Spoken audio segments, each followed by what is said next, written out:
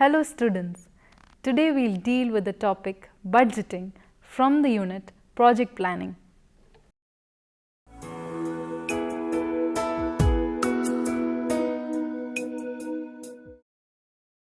A budget is a key element of most grant proposals and serves as a blueprint for spending the project's funds. An effective proposal budget outlines the proposed project in fiscal terms and helps reviewers to determine how the project will be conducted. Budget information about activities planned and personnel who will serve on the project provides reviewers with an in-depth picture of how the project will be structured and managed. Budget details usually reveal whether a proposed project has been carefully planned and may ultimately be feasible. The proposed budget must give an accurate assessment of all cost items and cost amounts that are deemed necessary and reasonable. It should be complete, that is, it should include all the costs of any personnel, supplies and activities required by the project. The project needs to be feasible within the budget presented. If major cost areas are omitted or underestimated, the project as proposed will not be considered feasible. Over the course of the project, many different stakeholders are going to review the budget and refer back to it. The decisions made now at the proposal stage will continue through the life of the grant, and others will make decisions based on it at future stages. Therefore, it is time well spent to prepare a reasonable budget. A reasonable budget is one that is based upon actual costs when possible. The budget will become an integral part of the obligation to the sponsor, particularly regarding time or effort commitments. It will evolve into a useful management tool during negotiations, and if the project is funded, the budget will become the financial plan used by the funding agency to provide support. When variances between the budget and actual expenses are indicative of a change in scope, this may require sponsor approval. Often required with the budget is a narrative justifying budgeted items. This budget justification will vary depending on the sponsor's budget format. Developing and managing budgets can be a challenging task whenever they need to plan a project, write a proposal and implement an activity. Efficient financial management is essential for the growth of any organization. Besides, if well-managed and transparent financial system is present in an institution, it enables donor agencies to gain confidence and offer support to it. However, setting up an efficient financial management system requires a sound understanding of financial practices and principles.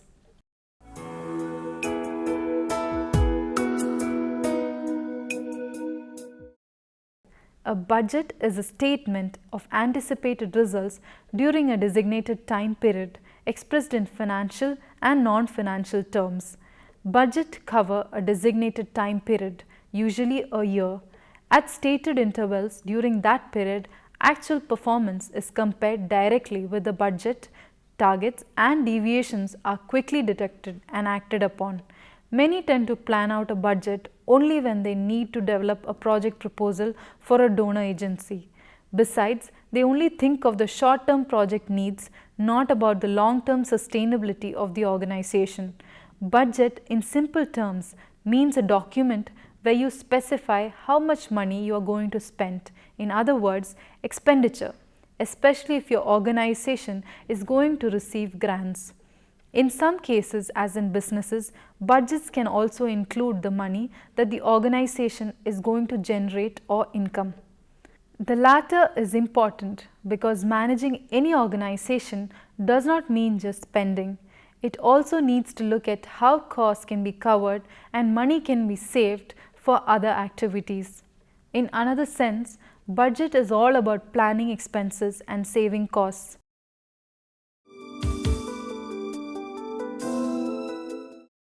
Developing a budget is always a complicated task, especially when we need to develop a proposal and satisfy the donor agency in the budget format. Otherwise, it is easier to write a proposal without budget than developing a budget requesting funds. However, if financial system is clear, the task of developing budget is also simple. Budgets have become complicated because of the increased need of transparency and accountability. One should not forget that donor agencies are also required to submit their expenditure for proper audits, and they have to maintain proper account books. Another important factor to be observed here is that as budget formats become more and more difficult, the expenditure on administration has also been tightened. Donor agencies are less interested in supporting overhead costs of an organization.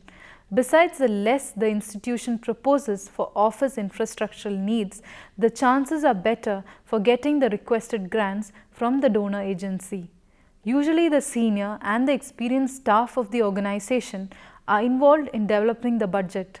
They should be in a position to take responsibility for financial aspects of the project. It is also better if they have experience in managing project finances in a cost-effective manner. The staff members who can be involved in developing the budget: organization or institution head, finance officer, project officer. It is important for all these staff members to be aware of the vision and objectives of the organization, the needs and integrities of the project implemented, the administration and financial policies of the organization, and the approaches of the donor agency. A finance committee can be constituted to oversee the income and expenses. It would be a good idea to involve one of the members of this committee or take his or her opinion in developing a budget. The project officer should be primarily responsible for developing the draft budget, since this person will have a better idea of the field realities and requirements. He or she can then submit the draft to the finance officer for any inputs. The director can then convene a meeting of key persons for final review and approval. In this way, the process of budget formulation will remain complete and all aspects of the organization and the project will be included. When developing a budget for a project or an organization, the exercise involves going back and forth from activities to budget and from budget to activities. This process will continue till the project officer refines it and gains confidence in the entire proposal. When conceiving a project, the activities which will be carried out for the coming year have to be listed out. An intensive discussion with team members about the costs involved in implementing various project activities has to be done. For each project activity, the team should discuss about the inputs required, estimate the realistic cost for those inputs. Whether it is to cover expenses of the staff persons involved in the project activity or buying some material or paying for travel, all these can be written down on for each activity in an Excel sheet. Then start mentioning these activities and the proposed costs and calculate the total expenses. The finance officer can advise on the inflation costs, current prices, and any other overheads missing. The organizational head may include other administrative expenses if required, salaries, and any new purchases. Most budgets are mainly composed of two kinds of costs: direct costs and indirect costs. Direct costs are costs that can be identified specifically with a particular sponsored project, an instructional or institutional activity, or one that can be directly assigned to such activities relatively easily with a high degree of accuracy. These costs include expenditures for project personnel, salaries and employee benefits, supplies, travel, equipment, telephones, and postage. All direct cost items must be included in the budget.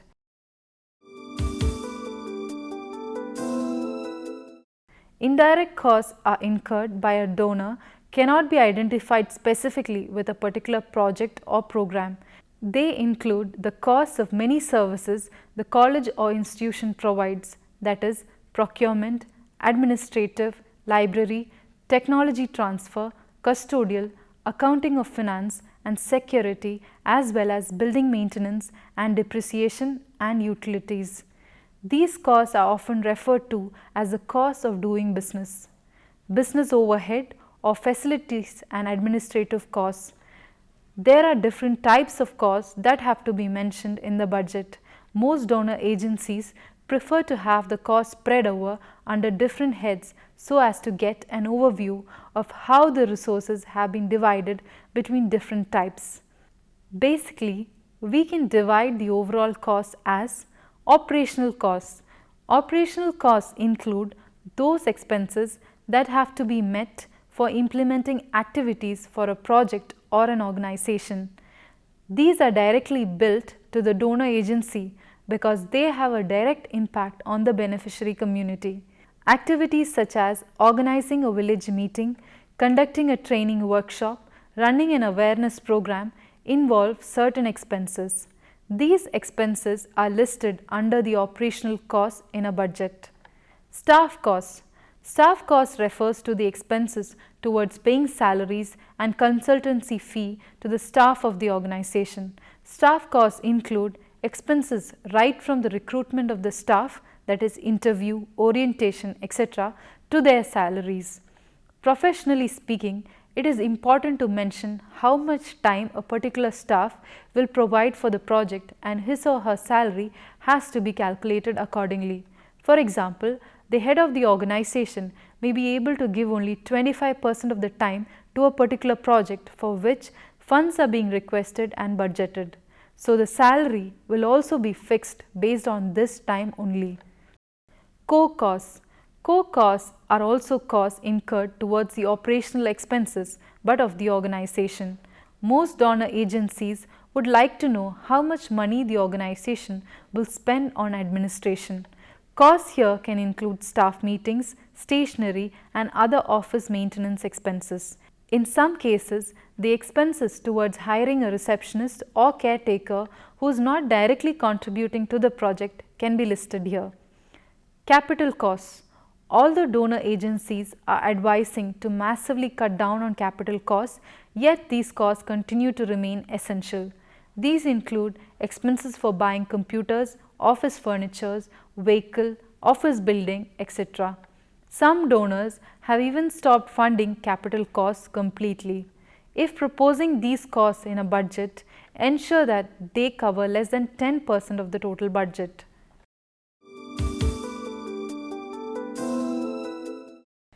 Donor agencies put a condition that they would be able to fund only 70 to 80% of the total budget submitted to them for funding.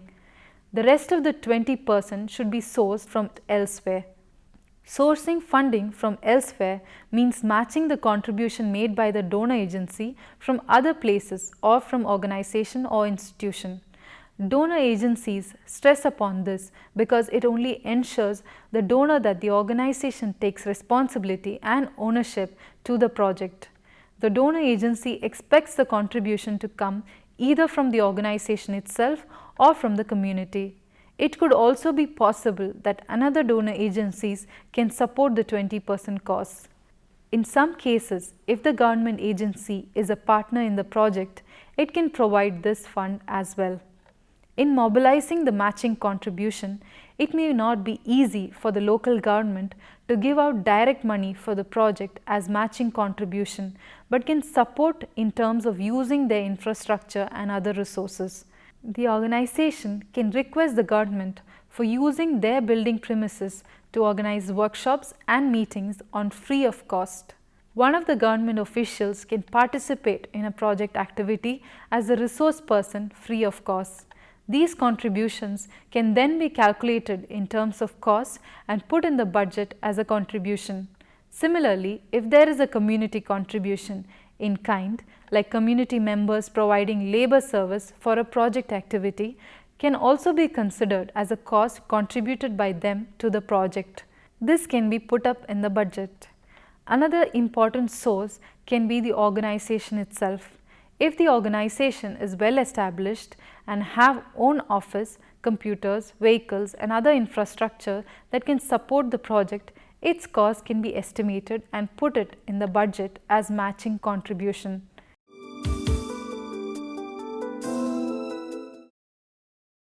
Contingency amount refers to the money set aside to cover any unforeseen expenses of the organization or the project.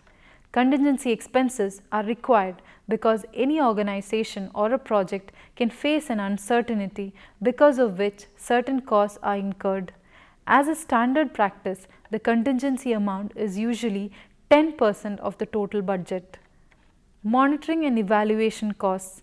Some budget formats seek specific information about costs proposed for monitoring and evaluation of the project. Overhead costs. Overhead costs are expenses that are required for running the organization. These expenses may not be directly contributing towards implementing a project, but they are still essential to maintain the office and manage the day-to-day affairs of the organization. Usually, these costs should not exceed more than 10% of the total budget in any good proposal. R&D expenses. R&D or research and development expenses refer to those expenses required by the organization or a project to undertake research, assessment and consultation for the intervention. In some projects, it could be just the part of the initial work, or in some others, it could remain a continuous activity. Startup costs. Startup costs relate to the expenses incurred by the organization initially for launching a project or developing the organization. For new projects or organizations, activities such as office setup, staff recruitment, orientation, pre-feasibility studies, etc. all fall under the startup costs. Unit costs. Unit cost is the cost of a single item or a unit. It could be a per day cost of a staff member or a consultant or a single cost of a computer machine. Cost benefit analysis or CBA and cost effectiveness analysis or CEA. Both cost benefit analysis and cost effective analysis are useful tools for program evaluation. Cost benefit analysis is an economic decision making approach used particularly in government and business. CBA is used in the assessment of whether a proposed project, program or policy is worth doing or to choose between several alternative ones. It involves comparing the total expected cost of each option against the total expected benefits to see whether the benefits outweigh the costs and by how much.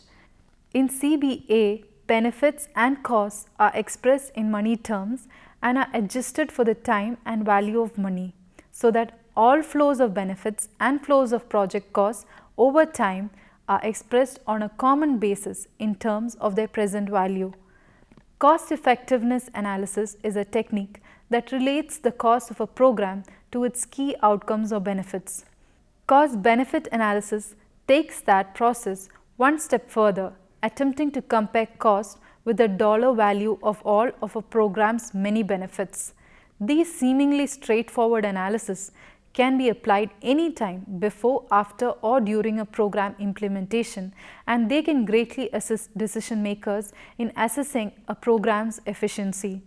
Cost effectiveness analysis seeks to identify and place dollars on the cost of a program. It then relates these costs to specific measures of program effectiveness. Analysts can obtain a program's cost effectiveness ratio by dividing costs of what we term units of effectiveness.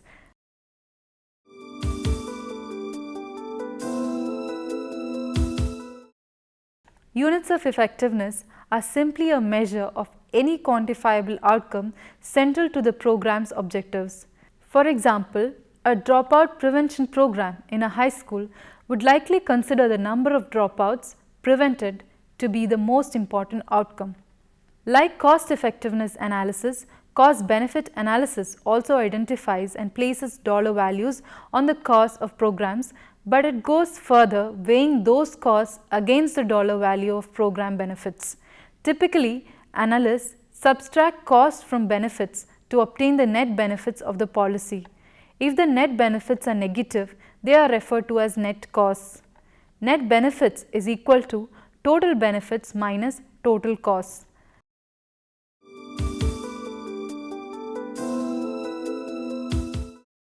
Those faced with deciding between the two types of analysis may find it helpful to keep three basic questions in mind.